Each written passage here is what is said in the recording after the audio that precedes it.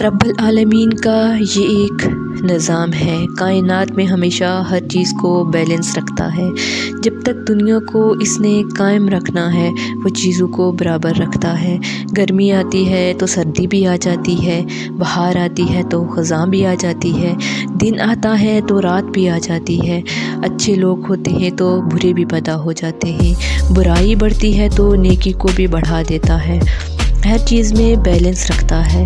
اگر لاکھوں بدکار کسی جگہ جمع ہو جائیں تو وہاں وہ اپنا ایک بندہ ایسا پیدا کر دیتا ہے جس سے کہ اللہ اللہ ان لاکھوں کی برائیوں پر سبقت لے جاتی ہے۔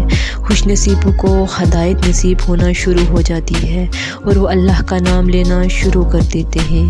ہر چیز میں وہ بیلنس رکھتا ہے، اور جب بیلنس بگڑتا ہے تو کوئی چیز باقی نہیں بچتی۔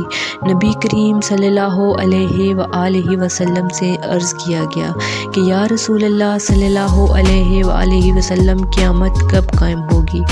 آپ صلی اللہ علیہ وآلہ وسلم نے فرمایا، حتیٰ لا یقال اللہ اللہ، جب کوئی اللہ اللہ کرنے والا باقی نہ رہے گا قیامت قائم ہو جائے گی۔ جب صرف برائی رہ جائے گی، اللہ کا ذکر ختم ہو جائے گا تو ساری کائنات مٹ جائے گی، زمین اور آسمان تباہ ہو جائیں گے، ستارے اور سیارے تباہ ہو جائیں گے۔ اس لیے اللہ کریم چیزوں کو بیلنس رکھتا ہے۔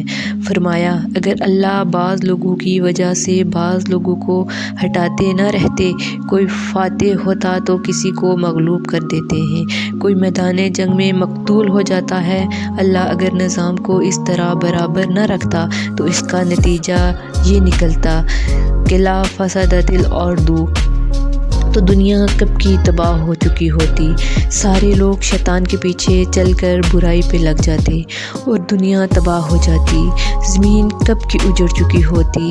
اللہ نے اسے آباد رکھنے کے لیے چیزوں میں بیلنس رکھا ہوا ہے، اور اس کی رحمت سے کبھی نا امید نہیں ہونا چاہیے کہ برائی غالب آ گئی تو اب برائی ہی غالب رہے گی، نہیں، برائی کو مغلوب ہونا پڑے گا، شکست سے دوچار ہونا پڑے گا۔ اللہ اپنا کوئی ایسا بندہ پیدا کرے گا، کسی کے دل میں وہ درد پیدا کر دے گا جو برائی کے مقابلے میں نیکی کا علم لے کر کھڑا ہو جائے گا، اور برائی کو ختم ہونا پڑے گا۔